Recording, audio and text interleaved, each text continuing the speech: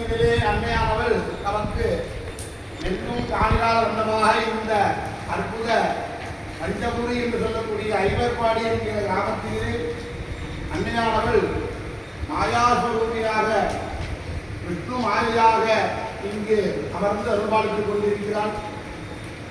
என்னிற்கு இழந்த வரங்களெல்லாம் தரக்கூடிய தேவி, ராமனுடைய குமாரன் மேகநாதன் என்று சொல்லக்கூடிய ஒரு அற்புதமான தவத்தினாலே இறைவன் அருள் பெற்று பல வரங்களை பெற்றவன்.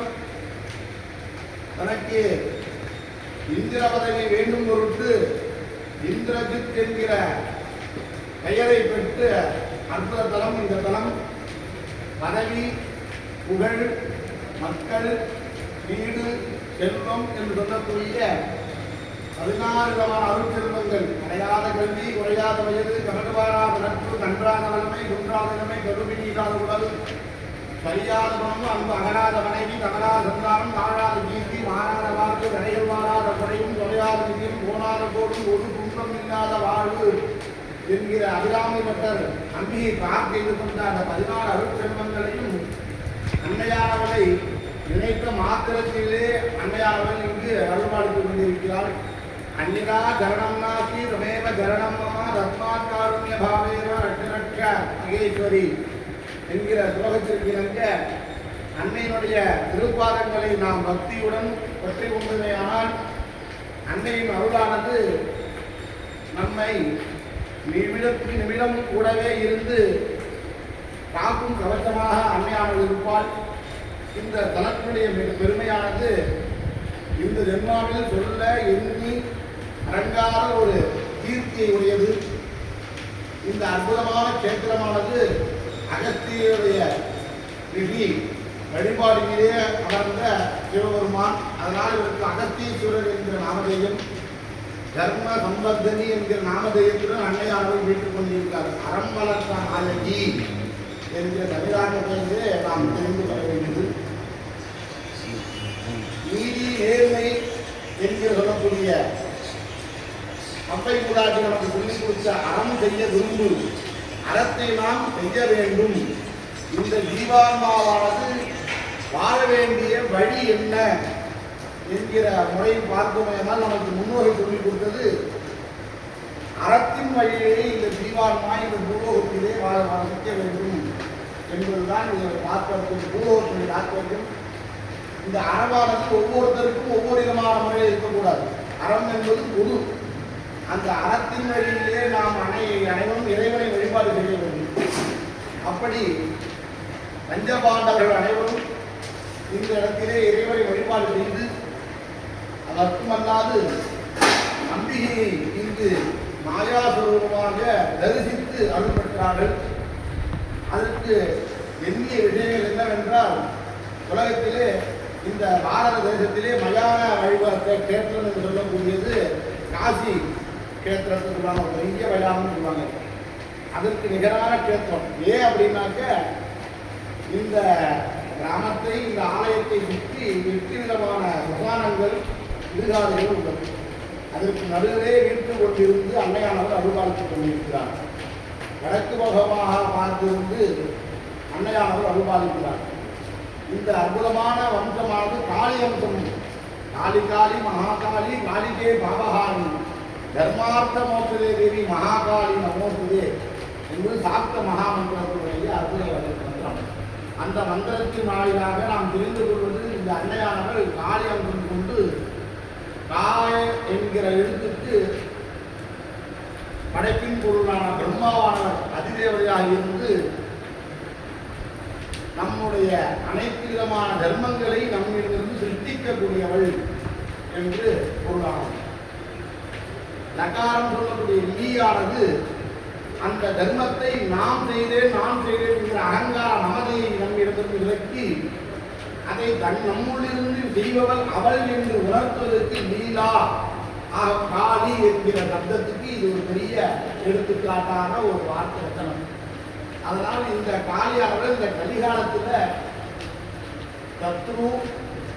சத்துருவால் ஏற்பட்ட தோஷங்கள், பில்லி சூன்யங்கள், ஆவிகாரங்கள், மந்திர யந்திரங்கள், தந்திர அஸ்திர சத்திரங்கள், ஆவிகார தோஷங்கள் எல்லாம் மனிதனுக்கு இந்த கலிகாலத்திலே ஏற்படும் அந்த தோஷங்கள் எல்லாம் விலகணும்னாக்க இந்த அன்னையானவரை இந்த கேத்திரத்திலிருந்து வழிபாடு செய்து பார்த்து செய்துள்ளோம்.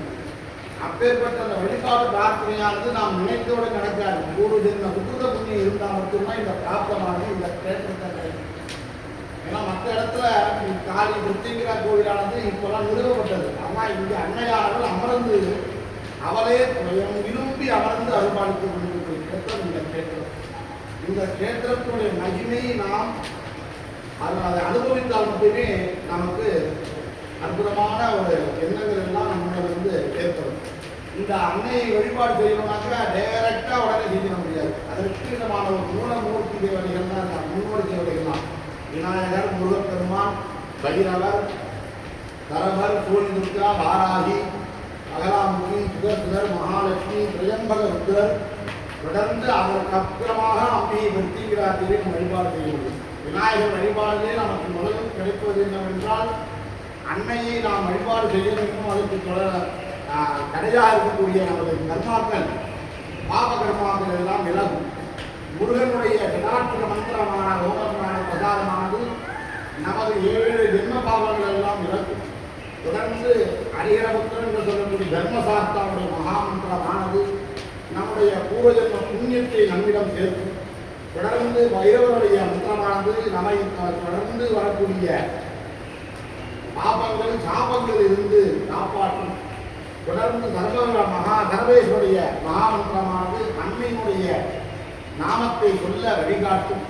சூழி துர்காவானது நம்மிடம் இருக்கக்கூடிய பாப கர்மாவானது பாப கோஷ கர்மாவானெல்லாம் விலக்கி சுதர்சன மகாமந்திரத்தினுடைய அருளினாலே வாராகி தேவியினுடைய அருள் பெற்று மகாலட்சுமி விழாக்கத்தை நாம் அடைவதற்கு விஜயவை செய்து மகளாமுகி என்கிற மந்திரத்தினாலே நமது சத்துக்கள் எல்லாம் நம்மிடம் பராதவனம் காத்து அன்னை பிரத்யேகிரா தேவியினுடைய அருளால் திரையம்பக ருத்ர அருள் பெற்று வாழ்வாங்க பூரண வாழ்வை வாழ என்பதற்காக செய்யக்கூடிய யாகம் இந்த நிகும்பலா யாகம். இந்த நிகும்பலா யாகத்தினுடைய பயன் இந்த கேத்திரத்தில் இந்த நிமிஷத்தில் நீங்கள் இருந்து அனுகிரகமான வழிபாடு செய்யணும்னு அவன் நினைச்சதுனால தான் நினைச்சது. எப்படியெல்லாம் மற்ற கேத்திரத்தெல்லாம் திருப்பதி போகணும்னா அவர் நினைக்கணும்னு சொல்லுவாங்க. ஆனால் அதுக்கு டோக்கன் போகணும். ஆனால் இங்கே அப்படி கிடையாது. இங்கே அப்போ நினைத்தா மட்டும் அவங்க இங்கே வரவே முடியும். இங்கே வர்றது மட்டும் இல்லாமல் இந்த யாகத்தை தரிசனம் பண்ணுறது, இந்த மந்திரத்தை காலால் இருக்குது, இந்த யாகத்தை பண்ணுறது 3 விதமான அஸ்வமேத யாகத்தை பண்ண புண்ணிய பலன் நமக்கு தர முடியும். அப்பேற்பட்ட இந்த யாகம் நிகும்பலா யாகம் சொல்லக்கூடிய அற்புதமான யாகம் அன்னையினுடைய அருளை நமக்கு பரிபூர்ணமாக தந்து நம்மிடம் இருக்கக்கூடிய கட்டங்கள், இன்னங்கள், துக்கங்கள், விரோதங்கள், கிளேசங்கள், கோபங்கள், எதிரிகளால் போடக்கூடிய தொல்லைகள் எல்லாம் இருந்து விலகி நாம் அனைவரும் அன்னையின் அருள் பெற்று வாழ வேண்டி அற்புதமான யாகம். இந்த யாகத்தினுடைய சிறப்பு வஸ்துவாக மிளகாய் பழ வத்தல் யாகமானது நடைபெறும். இந்த மிளகாய் பழ வத்தல் என்னன்னாக்க எவ்வளவு அதனுடைய வஸ்துனுடைய பொருள் அந்த ஆரம் இருக்கிறதோ அதன் அளவு நம்முடைய பாவங்கள் எல்லாம் இந்த இடத்தில் அன்னையானவள் உட்கொண்டு நம்மை காப்பாற்றுகிறார்.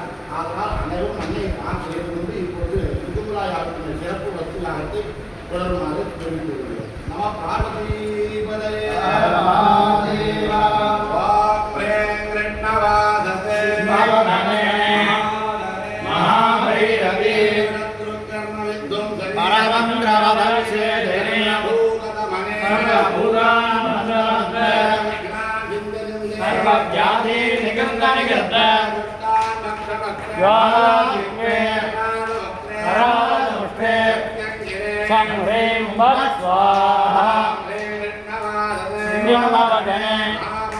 महाभैरवी परमंद्रमदच्छेदिने सर्वभूतान् बन्धवन्द सर्वव्याधि निगर्द निगर्द वालादित्ये रामदमुत्रे कम्री मुम्पत् स्वाहा सिंहावतारे महाभैरवी परमंद्रमदच्छेदिने सर्वभूतान् बन्धवन्द सर्वव्याधि निगर्द निगर्द ज्वालादित्ये करालयं प्रेम सम्रेम हुम्बत् स्वाहा देवी देवी महादेवी मम जगतो विराजया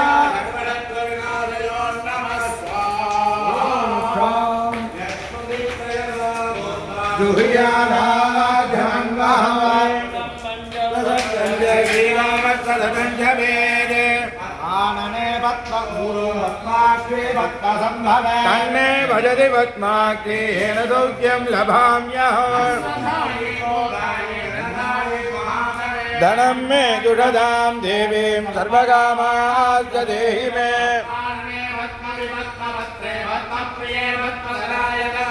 विश्वप्रिये विश्वमनोनुकूले त्वत्पादपद्मं मयि सन्निधत्स्व प्रजानां भवति माता आयुष्मन्तं करोतु माम् धनमिन्द्रो बृहस्पतिर्वरुणं धनमस्तु ते सोमं धनस्य सोमिनः मह्यं ददातु सोमिनः भवन्ति हृदपुण्यानां भक्तानां श्रीसूक्तं जपेत् सदा भगवति हरिवल्लभे मनाज्ञे त्रिभुवनभूति हरिप्रसीदमह्यम् लक्ष्मीं प्रियटकीं देवीं नमाम्यच्युतवल्लभाम् तन्नो लक्ष्मीं प्रचोदयात्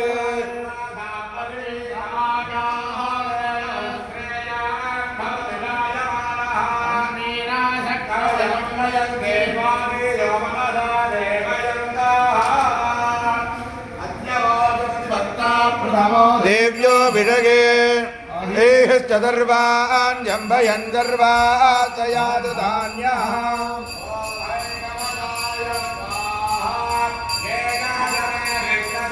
पञ्चदशमे सप्तदशमे नवदशमे एकादशदशमे त्रयोदशदशमे पञ्चदशदशमे सप्तदशदशमे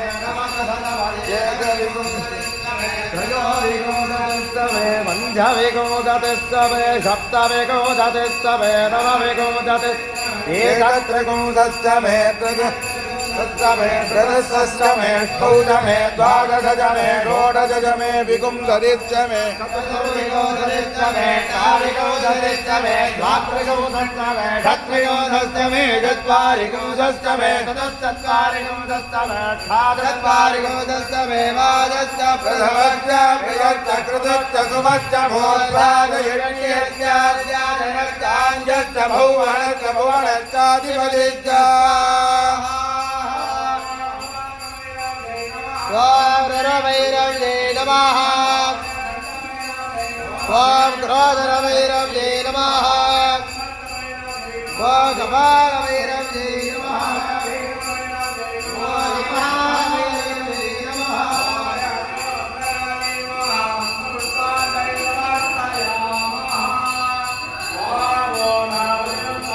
सर्वं वै पूर्णाहुतिः अदो इदं वै पूर्णाहुतिः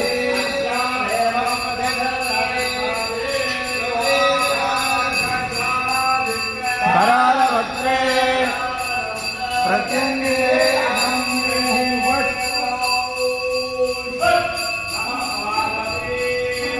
हर हर महादेव ॐ भुवः स्वाहा ॐ भूर्भुवः स्वः स्वाहा